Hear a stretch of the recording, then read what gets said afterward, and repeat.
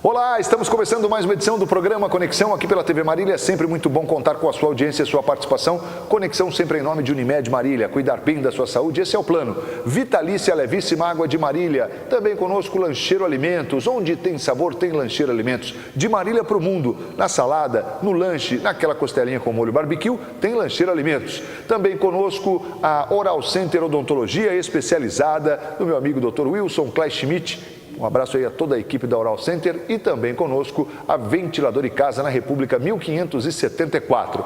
Olha, o programa Conexão de hoje chega para falar de um assunto muito interessante. A gente vai falar sobre o Alzheimer. Aliás, este mês de setembro é um mês em que se celebra, que se discute, que se fala da doença, tratamento, prevenção. Enfim, eu tenho a honra de receber aqui o Dr. Virgílio Moraes Ferreira, que é médico geriatra, é médico do PROID, e está aqui conosco para falar exatamente sobre esse assunto, meu irmão em Cristo. Doutor Virgílio, tudo bem? Como é que você está? Muito boa noite. Boa noite, Marcos. É um prazer estar aqui com você, estar com seus telespectadores. É uma honra mesmo estar batendo um papo hoje com você sobre uma doença tão importante, e num período realmente tão propício para a gente poder estar informando, as pessoas, os familiares, os profissionais de saúde sobre a doença de Alzheimer. Doutor, e como é que é? Setembro é um mês que se fala, se discute o Alzheimer ou tem uma data específica aí? Isso, existe uma data específica que é o dia 21 de setembro, que é o Dia Mundial de Conscientização sobre a doença de Alzheimer, mas aí, desde o início do mês... É bom falar, começamos a discutir, a realmente informar a população, as sociedades organizadas, como a Sociedade de Geriatria, já começa uma campanha de informatização sobre a doença. Então, é um período mesmo dedicado à conscientização sobre a doença. Como é que a gente pode definir, o que é o Alzheimer, doutor? Sim, porque um nome tão ainda difícil, até de escrever, muitas vezes de falar, mas que infelizmente é uma realidade real, A realidade real também seria pleonasmo, mas é uma realidade cruel, eu diria. Exato, a doença de Alzheimer recebe esse nome, em decorrência do pesquisador, o alemão Alois Alzheimer, que descreveu essa doença há muitos anos atrás. E realmente é uma doença que hoje ela apresenta realmente estatísticas epidêmicas, Os últimos relatórios da Organização Mundial de Saúde mostrou que os números da doença de Alzheimer já chegam a 47 milhões. 47 milhões. No Brasil nós temos cerca de 1.200.000 casos da doença de Alzheimer. E o que é a doença de Alzheimer? A doença de Alzheimer é um tipo de demência. O principal tipo de demência corresponde a 60% dos casos de demência. O que é demência? A demência é um conjunto de sintomas caracterizado por uma série de alterações que a gente chama cognitivas. É mais conhecida o distúrbio de memória, que as pessoas têm mais em mente com relação ao Alzheimer, mas a doença de Alzheimer, ela apresenta outros distúrbios, outras alterações que não memória, como alteração na atenção, alteração na linguagem, alteração na orientação, na capacidade de resolver problemas e uma série de outros distúrbios, principalmente alterações comportamentais. E o que marca a doença de Alzheimer é um comprometimento no que a gente chama de atividades de vida diária. O indivíduo idoso ele começa a ter dificuldade em realizar as tarefas do dia a dia. Então, por exemplo, uma dona de casa que começa a ter dificuldade em fazer uma receita de bolo que ela sempre fez. É um advogado que começa a perder muitas causas na justiça, é um médico, um excelente cirurgião que começa a ter dificuldades nas suas cirurgias, um professor que começa a ter dificuldade no planejamento ou na administração das suas aulas. Então, essa é a marca, é o prejuízo cognitivo, as alterações de comportamento e esse prejuízo funcional. Doutor, é interessante porque você falou do termo demência, e esse termo é um termo que ainda confunde muito a população, Ainda se associa muito a questão da demência como é que eu posso dizer? Demenciar é estar assim, ficando porque está relacionado à memória, é isso, demenciar? Não só. Não só. A memória, é claro que é o prejuízo mais comum nas demências, né? Por exemplo, na doença de Alzheimer costuma ser, né, o esquecimento, né, que é a alteração de memória, ser o problema inicial, né, e mais comum. Só que quando a gente fala em demência, a gente precisa focar num conjunto de alterações, né? Então não é só distúrbio de memória. Perdendo suas capacidades. Seria? As suas habilidades intelectuais. Tá. Então as funções realizadas pelo cérebro, que não são só memória, mas é atenção, é linguagem, concentração, orientação, né? Capacidade de realizar tarefas. Tudo isso. Isso. Ô, doutor, e aí, porque assim, a gente sabe que o primeiro sinal necessariamente é a perda de memória ou não? Não é. Que isso também, aliás, acaba sendo um grande problema, né? Que às vezes a pessoa fica muito preocupada com a memória e ela pode iniciar a doença com outro sintoma. Exato, né? A doença de Alzheimer, ela tem um padrão, né, de evolução, né? Que geralmente é uma evolução que a gente chama de insidiosa, evolução dos sintomas de maneira progressiva, né? O Alzheimer, claro que tem como principal alteração a alteração de memória, só que hoje a gente tem observado com cada vez mais frequência, né, a presença de outras alterações iniciando um quadro de demência do tipo Alzheimer. Por exemplo, o que pode ser bastante comum, alteração de linguagem. Então, o indivíduo pode iniciar um quadro de doença de Alzheimer tendo dificuldade em dar nome às coisas, né? Então, é aquela pessoa que fala, me dá aquela coisa ali, aquela coisa, e ela talvez está pedindo um prato, está pedindo um talher. Então, ela perde a capacidade de nomear, né?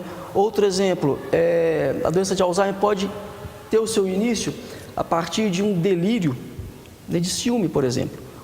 O senhor, lá de seus 80 anos, casado com a sua esposa há mais de 50, de repente começa a ter um ciúme doentio da senhorinha.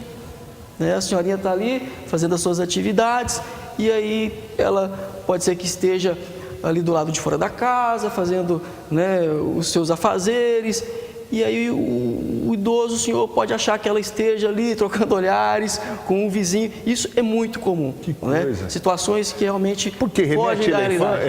Remete ele num tempo passado ou não? São delírios, são alterações que realmente acontecem ao nível do sistema nervoso central. Às vezes o indivíduo nem tem esse perfil de ciúme e tal. Exatamente, são alterações de personalidade mesmo. O indivíduo pode alterar a sua personalidade, né? Por exemplo, pessoas que sempre foram muito, como se diz, muito castas, né? Durante toda uma vida, e aí, de repente, elas começam a falar demais, começam a se insinuar para outras pessoas, né? Quer dizer, uma mudança de comportamento. Uma mudança de comportamento, né? E isso a gente sabe que é por conta de alterações ao nível do chamado córtex pré-frontal, né? Que é a área do cérebro responsável mesmo pela questão do comportamento.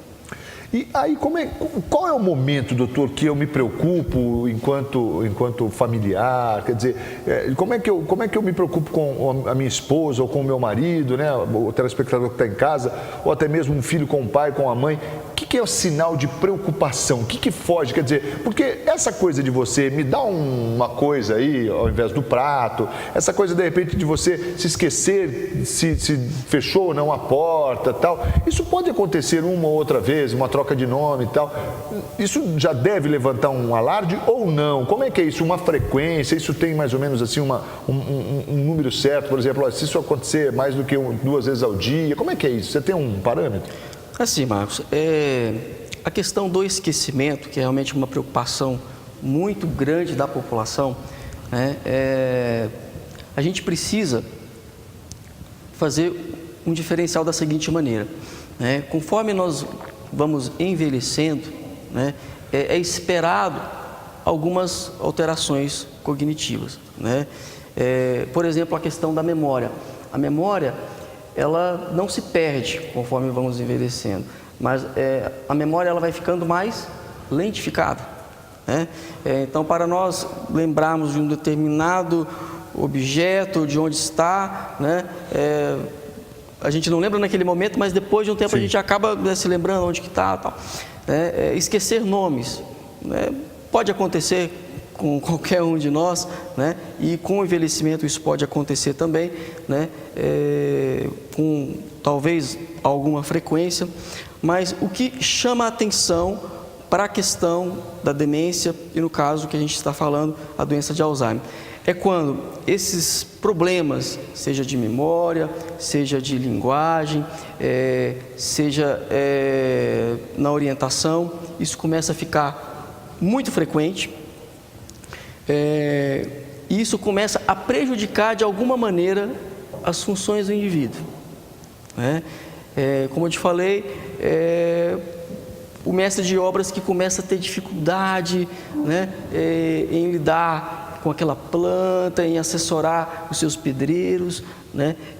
São realmente detalhes, né, que nós como médicos precisamos realmente avaliar de uma maneira muito intensa e checando esses dados com o familiar, né?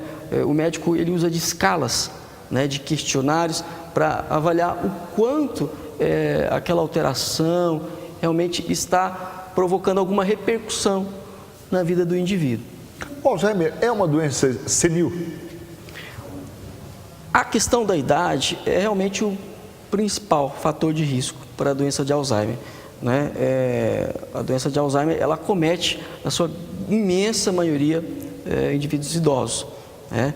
É claro que existe também a doença de Alzheimer acometendo pessoas mais jovens, até com menos de 50 anos. Não diga. Só que nesses casos existe uma influência genética muito forte, né? Então, geralmente a gente verifica muitos casos na família de pessoas que demenciaram muito cedo na vida, né? Então, a questão genética ela é importante, sim, né? Mas hoje, Marcos, nós sabemos que a doença de Alzheimer é uma doença muito relacionada ao estilo de vida, né? Então, outros fatores de riscos estão muito envolvidos na questão da evolução, que não somente a questão genética. Olha, a gente está conversando aqui com o Dr. Vigílio, que é médico geriatra, falando aqui sobre o Alzheimer, e a gente vai falar ainda um pouco sobre a questão da prevenção, vamos falar de tratamento, como é que se fecha o diagnóstico, mas a gente vai para o intervalo rapidinho para daqui a pouco falar mais sobre esse assunto. Só para a gente fechar essa parte aqui, doutor, eu queria saber o seguinte: quando a gente tem aí, e agora é claro que já vai até para o pessoal mais jovem também, que você falou que tem alguns casos, né? Como é que é essa coisa da hereditariedade, né? O indivíduo que teve lá, o avô que teve Alzheimer ou demência, não sei se na época do avô, dependendo da idade, não se tinha nem quando que se, aliás, é uma boa pergunta, quando é que se definiu aí o Alzheimer como uma doença mesmo, instituiu-se um tratamento? É recente, doutor, ou não? Ou já é bem antigo? É uma doença realmente muito antiga, né? Que realmente já tem mais de 50 anos, né? Claro que os critérios para o diagnóstico eles vão mudando, tanto que o último DSM, né, que é o Manual de Diagnóstico de Doenças Psiquiátricas, já apresentou uma alteração, que é justamente a questão da memória. Antigamente, para se falar em doença de Alzheimer, o indivíduo teria que ter distúrbio de memória, além de outros distúrbios nas áreas intelectuais. Hoje não. Então, hoje, para a gente fechar o diagnóstico, o indivíduo ele tem que ter duas alterações cognitivas dentre uma série de alterações, não necessariamente sendo a memória incluída. Deixa eu ir rapidinho para o intervalo e a gente volta na sequência com o programa Conexão, falando mais de Alzheimer aqui. Não sai daí não, até já.